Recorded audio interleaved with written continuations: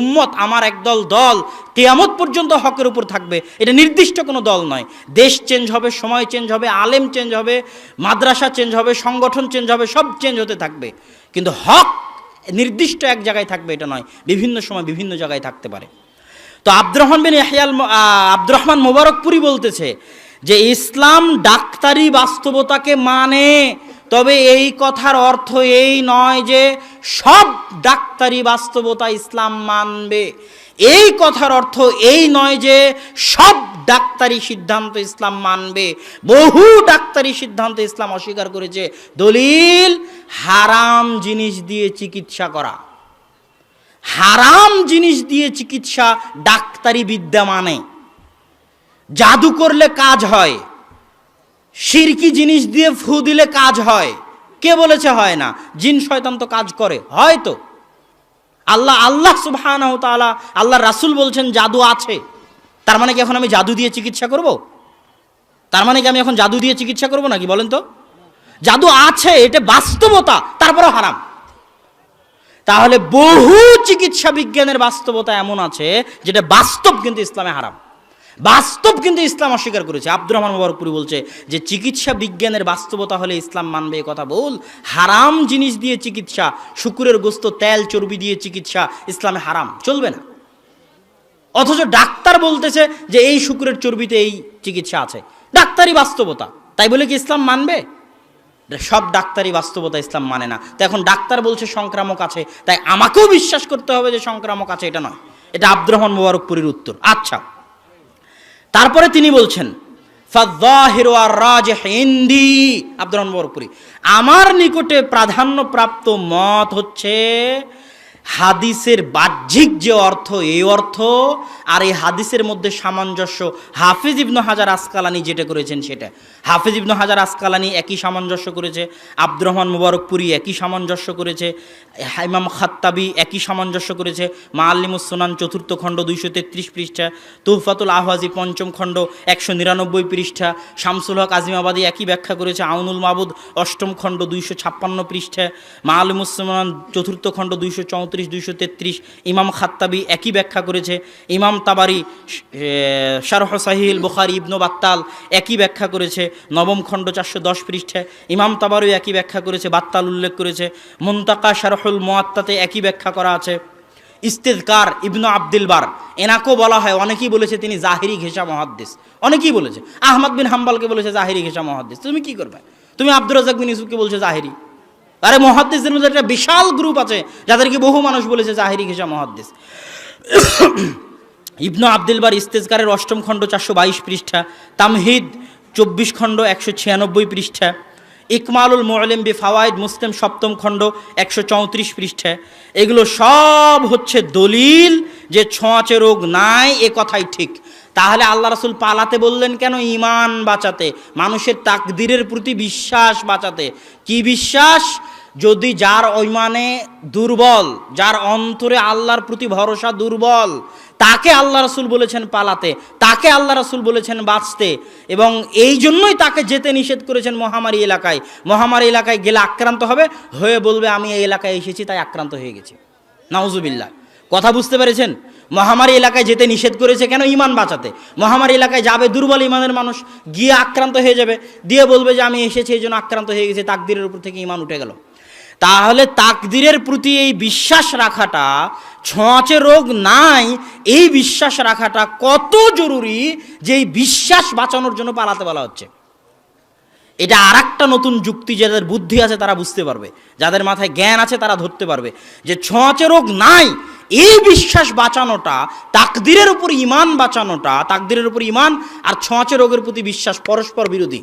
বহু আলেম যাদের নাম আর দলিল দিলাম, ছোঁয়াচে রোগে বিশ্বাস আর তাকদীরের প্রতি বিশ্বাস পরস্পর বিরোধী। এটা এত জরুরি, ছোঁয়াচে রোগ নাই এই বিশ্বাস করাটা আর তাকদীরের প্রতি মজবুত ঈমান রাখাটা এত জরুরি, যেটা বাঁচাতে পালাতে বলা হয়েছে, জীবন বাঁচাতে নয়। কি বাঁচাতে পালাতে বলা হয়েছে বলেন তো?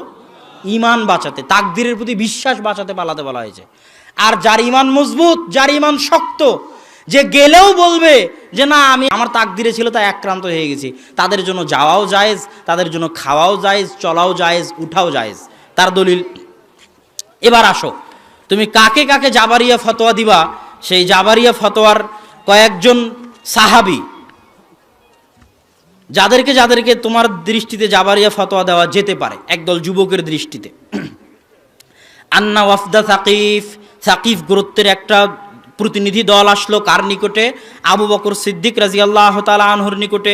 ফাউতিয়া বিতআমিন, খাবার নিয়ে আসা হলো আবু বকর রাদিয়াল্লাহু তাআলা আনহুর নিকটে। ফাদাহুম, আবু বকর রাদিয়াল্লাহু তাদেরকে ডাকলেন, আসো আমার সাথে খাও।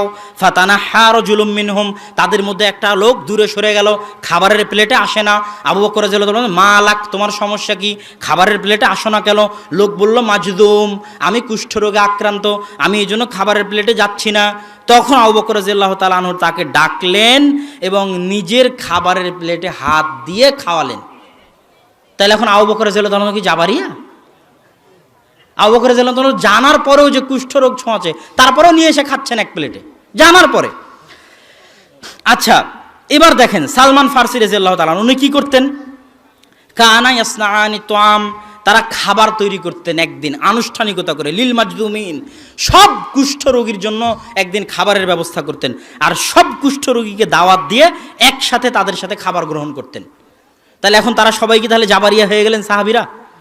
আচ্ছা, তারপরে দেখেন ওমর রাদিয়াল্লাহু তাআলা আনহুর ঘটনা।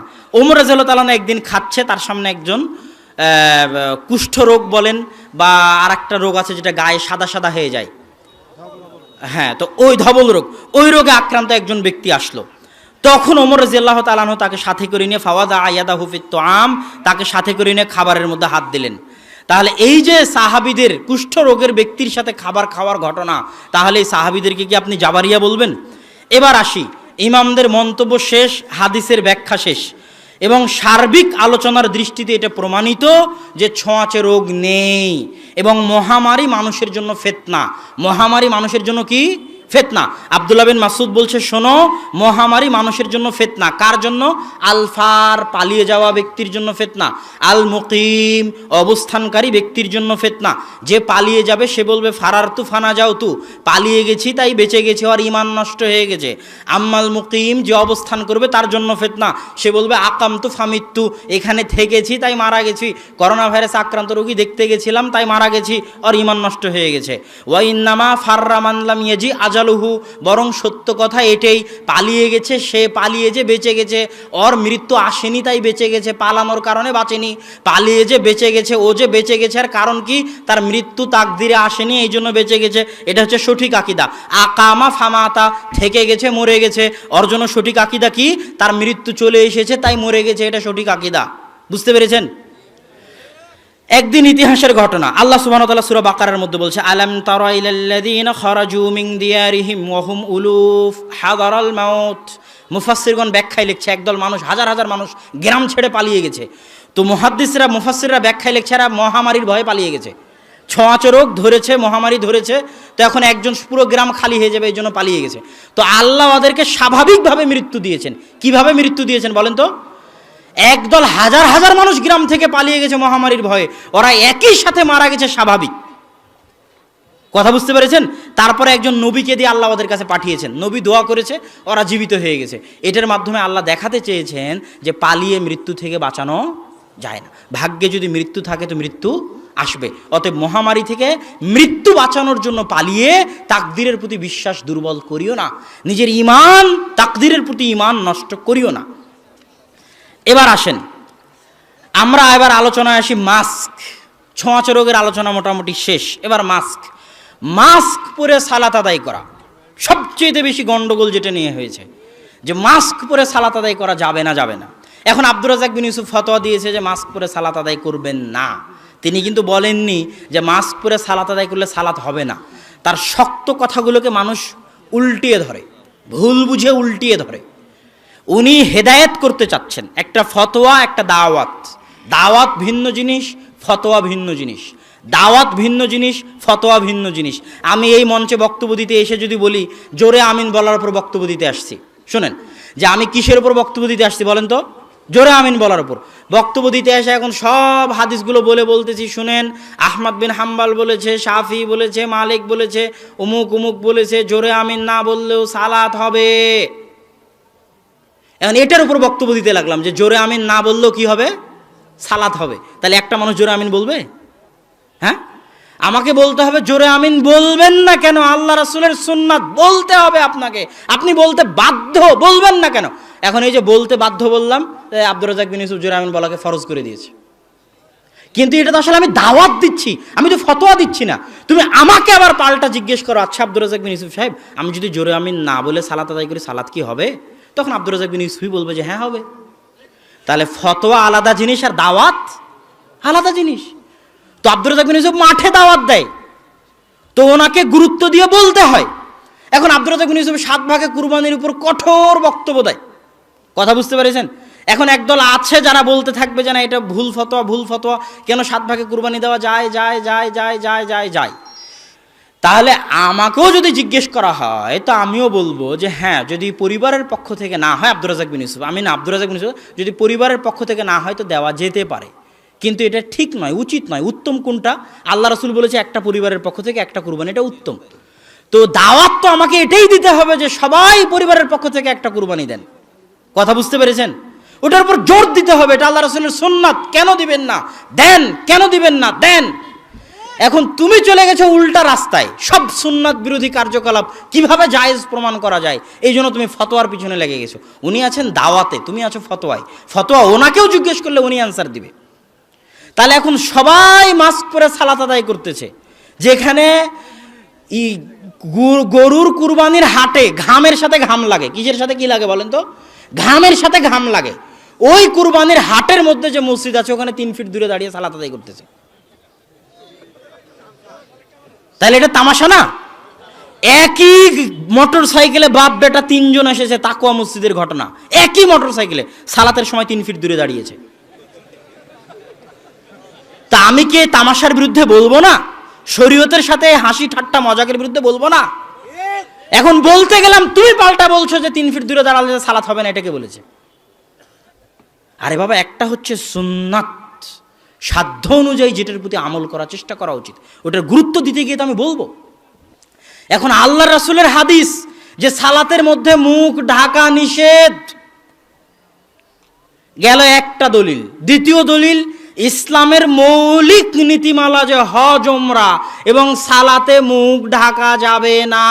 মেয়ে মানুষও সালাতে মুখ খোলা রাখবে, মেয়ে মানুষও হজ ওমরায় মুখ খোলা রাখবে, এটা ইসলামের মৌলিক নীতিমালা। কেন? কপাল দিয়ে নাক দিয়ে সিজদা করতে হবে মাটিতে। কপাল দিয়ে নাক দিয়ে সিজদা করতে হবে কোথায়? মাটিতে। হ্যাঁ, মেয়ে মানুষ যদি গায়ের মাহরাম ব্যক্তি চলে আসে তবুও নেকাব করতে পাবে না হজ ওমরা অবস্থায়। সুতা দিয়ে বাঁধা যে নেকাব, ওটা করতে পাবে না। এমনি একটা চাদর মুখের উপর স্বাভাবিক ঢেকে দিতে পারবে, তবুও মুখ খোলা রাখতে হবে। স্বাভাবিক চাদর মুখের উপর ফেলে দিলাম, কিন্তু মুখ কি আছে বলেন তো? খোলা আছে, ভিতরে কিন্তু মুখ খোলা আছে, মুখ কিন্তু কোনো কিছুতে আটকানো নাই। এটা ইসলামের মৌলিক নীতিমালা। সালাতের মধ্যে যদি গায়ের মাহরাম আসে, ওড়নাকে এমনি ফেলে দিতে হবে, এভাবে বেঁধে মুখ ঢাকা যাবে না। কথা কি বুঝতে পেরেছেন? মেয়ে মানুষের ক্ষেত্রেও এটা ইসলামের মৌলিক নীতিমালা। 3 নাম্বার, মুয়াত্তা মালিকে ইমাম মালিক লিখতেছে যে নাক মুখ ঢেকে ইবাদত করা অগ্নি পূজকদের অভ্যাস, তাদের দিনের অংশ, তাদের চরিত্রের অংশ। কাদের? অগ্নি পূজকদের। কে বলেছে? ইমাম মালিক। কোথায় বলেছে? মুয়াত্তা মালিকে বলেছে। তাহলে মান তাশাব্বাহা মিন গায়রি কওমিন, যে ব্যক্তি অন্য কোনো জাতির সাথে সাদৃশ্য স্থাপন করলো, সে কি করলো? সে তাদের সাথে কিয়ামতের মাঠে উঠবে। তাহলে 3টা জিনিস, নাক কপাল মাটিতে লাগিয়ে সিজদা করতে হবে। 2, মুখ ঢেকে ইবাদত করে মাজুসিরা। 3, আল্লাহ রাসূলের হাদিস এবং ইসলামের মৌলিক নীতিমালা যে হজ ওমরা এবং সালাতে মুখ ঢাকা যাবে না। এখন আমি সালাতে মুখ ঢেকে সালাত আদায় করতেছি, তো আব্দুর রাজ্জাক বিন ইউসুফ কেন নিষেধ করতেছে মুখ ঢেকে সালাত আদায় করতে? 2টা কারণে। মুখ ঢেকে সালাত আদায় করা তখনই যাবে যখন নিশ্চিত জানা যাবে যে মুখ না ঢেকলে আমি মারা যেতে পারি। কথা বুঝতে পারিনি? মুখ না ঢেকলে আমি বড় অ্যাক্সিডেন্টে আক্রান্ত হতে পারি। তো যেহেতু করোনা ভাইরাস ছোঁয়াচে রোগ, আর ইসলাম ছোঁয়াচে রোগকে মানে না। কথা বুঝতে পারছেন? ইসলাম ছোঁয়াচে রোগকে কি করে না? মানে না। তো তো ছোঁয়াচে রোগ থেকে বাঁচার জন্য আপনি যা যা অবলম্বন করবেন সেটা প্রমাণ করবে যে আপনি ছোঁয়াচে রোগে বিশ্বাস করেন। আপনাকে স্বাভাবিক থাকতে হবে। কিরকম থাকতে হবে? স্বাভাবিক। এটা গেল তো বাইরের জীবন। আবার ওটাকে যদি আপনি মসজিদে নিয়ে যান, সালাতের মধ্যে নিয়ে যান, ওটা আরো অতিরিক্ত হয়ে গেল। কেননা আমি ছোঁয়াচে রোগে বিশ্বাসই করি না, এই জন্য আমি মুখ ঢাকতে নিষেধ করতেছি যে করোনা ভাইরাস যেহেতু ছোঁয়াচে রোগ, আর ছোঁয়াচে রোগ যেহেতু নাই, অতএব এই না থাকা জিনিসটার কারণে সালাতের এত বড় গুরুত্বপূর্ণ ইবাদতকে তুমি মুখ ঢেকে নষ্ট করে দিবে, এটা হতে পারে না। এটা যদি না করি তাহলে জাবারিয়া হয়ে গেলাম, মাস্ক যদি না পড়ি তাহলে যাবারিয়া। আরে বাবা, এটা নয়, আমি তো ছোঁয়াচে রোগে বিশ্বাস করি না, এই জন্য মুখ ঢাকি না। তাও আবার সালাতের মধ্যে। হানাফি আলেম আব্দুস সালাম চাটগামি, হাটহাজারী মাদ্রাসার মুহাদ্দিস, পাকিস্তানও হাটহাজারী মাদ্রাসার মুফতি, পাকিস্তানেও বহুদিন উনি মুফতি আম ছিলেন, পাকিস্তানের বিন্নুরি টাউনের মাদ্রাসা সম্ভবত, আমার যতদূর জানা আছে। দারুল দেওবন্দের ফতোয়া, হানাফিদের ফতোয়া, পাকিস্তানের বহু আহলে হাদিস আলেমের ফতোয়া, ইয়েমেনের বহু বড় বড় মুহাদ্দিসের ফতোয়া। উনি লিখেছেন হানাফিরা মাসলা মাসাইলের ক্ষেত্রে একটু বেশি দাকিক হয়, আহলে হাদিসরা বলবে জায়েজ না জায়েজ, হালাল হারাম, মাঝখানে কোনো অপশন আহলে হাদিসরা রাখে না। হানাফিরা অনেক অপশন রাখে, বলবে ফরজ, ওয়াজিব, সুন্নাত, নফল, মুস্তাহাব, পাঁচটা। কয়টা? পাঁচটা। মানে ওরা একটু বেশি যাচাই বাছাই করে যে এটা মুস্তাহাব, এটা নফল, এটা সুন্নাত, এটা ওয়াজিব, এটা ফরজ। আর আহলে হাদিসদের মতে দুইটাই, হয় ফরজ না হয় সুন্নাত, কোনো অপশন নেই, হয় ফরজ না হয় সুন্নাত। এবার হালাল হারামের ক্ষেত্রে ওদের কাছে দুটো অপশন, মাকরু হারাম। মাকরু আবার দুই ভাগে, মাকরু তানজিহি, মাকরু তাহরিমি। মাকরু তাহরিমি মানে হারামের নিকটবর্তী। তো হানাফিরা যারা দাকিক মাসলা মাসাইলের ক্ষেত্রে, তিনি এই বইয়ে লিখেছে যে হানাফি মাযহাবের মতে সালাতে মুখ ঢেকে ইবাদত করা মাকরুহে তাহরিমি, মানে হারামের কাছাকাছি মাকরু। তাহলে আব্দুর রাজ্জাক বিন ইউসুফ তার ফতোয়ায় একক, এটা কিভাবে হলো? সম্মানিত উপস্থিতি, 3 ফিট দূরে দাঁড়ানো, মসজিদ বন্ধ হয়ে যাওয়া। আগে বহু মহামারী গেছে, কোন মহামারীতে মহামারী থেকে বাঁচার জন্য মানুষ বলেছে মসজিদ বন্ধ করে দাও, মসজিদে গেলে মহামারী হয়ে যাবে, এর দলিল পৃথিবীর ইতিহাসে কোথাও নাই। যে কয়েকটা দলিল দেওয়া হয়েছে আর আরবি ইবারত জানে না, এরা হচ্ছে জাহেল, অজ্ঞ, মূর্খ, অনুবাদ বুঝে না। অনুবাদে বলা আছে, আরবি অনুবাদে বলা আছে যে মহামারীর কারণে গ্রামকে গ্রাম মানুষ মরে এমন ভাবে সাফ হয়ে গেল যে লাম ইয়াবকা আহাদুন, কেউ নাই সালাত আদায় করার। সালাত আদায় করার যেহেতু কেউ নাই, এই জন্য মসজিদ বিরান পড়ে আছে। কথা বুঝতে পারেননি? ওই ইবারত তুলে বলতেছে এই দেখেন মহামারীর কারণে মসজিদ বন্ধ করা যাবে। তোমাকে আরো 10 বছর পড়তে হবে যদি আমি ভাই বলতে চাই না। কিন্তু এত বড় অজ্ঞতা দেখলে মাথা ঠিক থাকে না, এত বড় মূর্খতা দেখলে মাথা ঠিক থাকে না। আরবি ইবারত বুঝো না, ফতোয়া তোমাকে কে দিতে বলেছে? অনুবাদ বুঝো না, কে ফতোয়া দিতে বলেছে? এমন কোন নজির নাই ইতিহাসে, বরং পাল্টা উল্টা নজির আছে। উল্টা নজির দেখবেন, আল মাউন ফিত তাউন, পূর্ণ নামটা ঠিক হলো কিনা জানি না, ইবনু হাজার আসকালানির বই, মহামারীর উপর লেখা।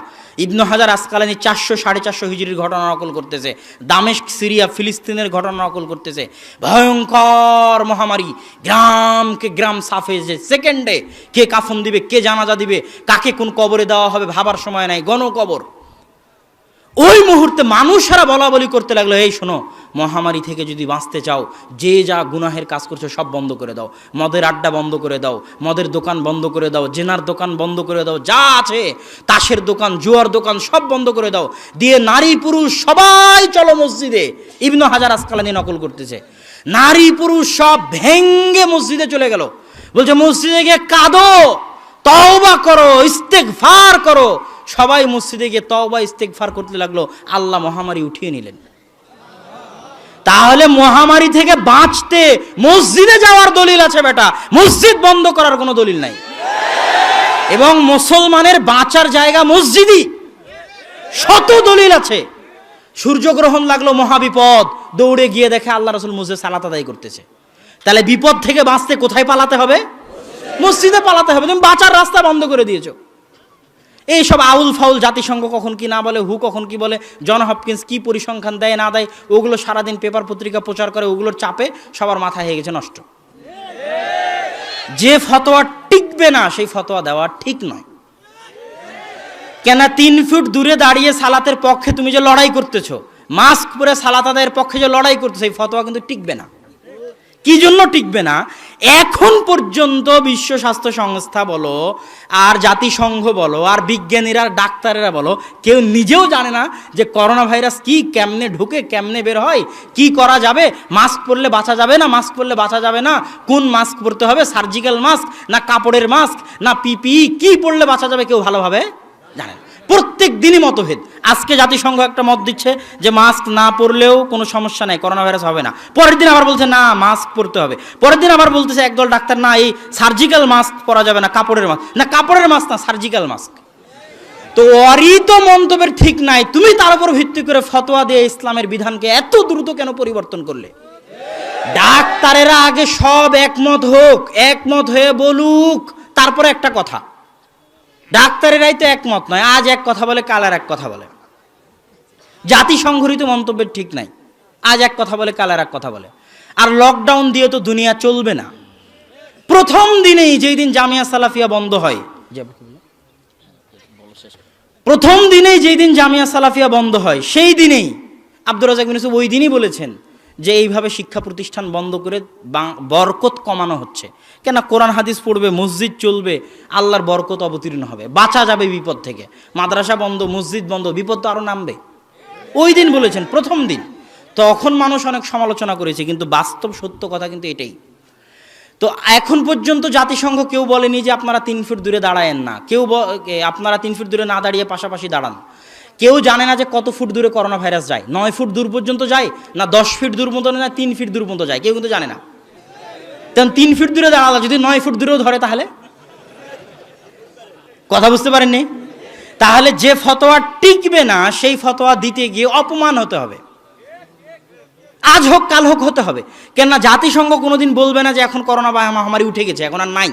যতদিন টিকা না আসবে, যতদিন ব্যবসা কমপ্লিট না হবে টিকা বিক্রি করার, ততদিন করোনা কিন্তু চলতেই থাকবে, ততদিন করোনা চলতেই থাকবে।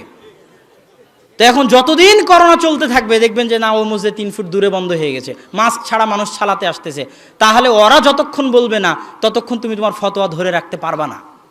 অতএব ওই ফতোয়ায় গিয়ে শুধু বিরোধিতা করা হবে, শুধু হিংসা করা হবে। বরং এটাই সঠিক সারমর্ম কথা, ছোঁয়াচে রোগ নাই, এটা বেশি বিশুদ্ধ। ছোঁয়াচে রোগ যেহেতু নাই, এই জন্য আমি মাস্ক পরে সালাত আদায় করবো না, এটা অনেক বড় হুকুম।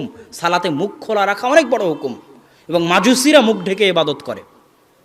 ছোঁয়াচে রোগ যেহেতু নাই, সেহেতু আমি 3 ফিট দূরে দাঁড়াবো না। কেননা পাশাপাশি দাঁড়ানোর কত গুরুত্ব, অগণিত অসংখ্য হাদিস আছে প্রাচীর দিয়ে পাশাপাশি দাঁড়ানোর। আর ছোঁয়াচে রোগ যদি একবার বিশ্বাস করা হয়, মুসাফা বন্ধ হয়ে যাবে। ছোঁয়াচে রোগ যদি থাকতো, আল্লাহ রাসূল পায়ে পা দাঁড়ানোর হুকুম দিতেন না। ছোঁয়াচে রোগ যদি থাকতো, আল্লাহ রাসূল মুসাফা করতে বলতেন না। ছোঁয়াচে রোগ যদি থাকতো, ইসলামে ঈদের জামাত, জুমার খুতবা, বিশাল সমাবেশ এগুলো থাকতো না, এগুলো আল্লাহ রাসূল হুকুম দিতেন না। ছোঁয়াচে রোগ যদি থাকতো, অসুস্থ ব্যক্তিকে আল্লাহ রাসূল দেখতে যেতে বলতেন না। কেন? ছোঁয়াচে রোগে আক্রান্ত ব্যক্তিকে দেখতে গেলে তো আমিও আক্রান্ত হব না? আমিও আক্রান্ত হব। আল্লাহ রাসূল বলছে অসুস্থ ব্যক্তিকে দেখতে যাওয়া হক, এক মুসলমানের উপর আর এক মুসলমানের হক। আর দেখতে গেলে 70,000 ফেরেশতা সকাল থেকে সন্ধ্যা পর্যন্ত তার জন্য আল্লাহর কাছে দোয়া করবে। কত বড় ফজিলত! ইসলাম একটা সামাজিক ধর্ম, পুরোটাই সামাজিকতার উপর টিকে আছে। মুসাফা, কুলাকুলি, পায়ে পা মিলিয়ে দাঁড়ানো, জুমার খুতবা, মসজিদ ভর্তি মানুষ, ঈদের খুতবা, মাঠ ভর্তি মানুষ, অসুস্থ ব্যক্তিকে দেখতে যাওয়া। যেই দিনই বিশ্বাস করবেন ছোঁয়াচে রোগ আছে, ইসলামের শতবিধান ধ্বংস হয়ে যাবে, শতবিধানকে টিকানো মুশকিল হয়ে যাবে। অতএব আকীদা সঠিক রাখতে হবে। আল্লাহ সুবহানাহু ওয়া তাআলা আমাদেরকে সঠিক বুঝার, সঠিক বলার এবং সঠিক জিনিসের প্রতি আমল করার তৌফিক দান করুক। ওয়া আখিরু দাওয়ানা আনিল হামদুলিল্লাহি রাব্বিল আলামিন। আসসালামু আলাইকুম ওয়া রাহমাতুল্লাহি ওয়া বারাকাতুহু।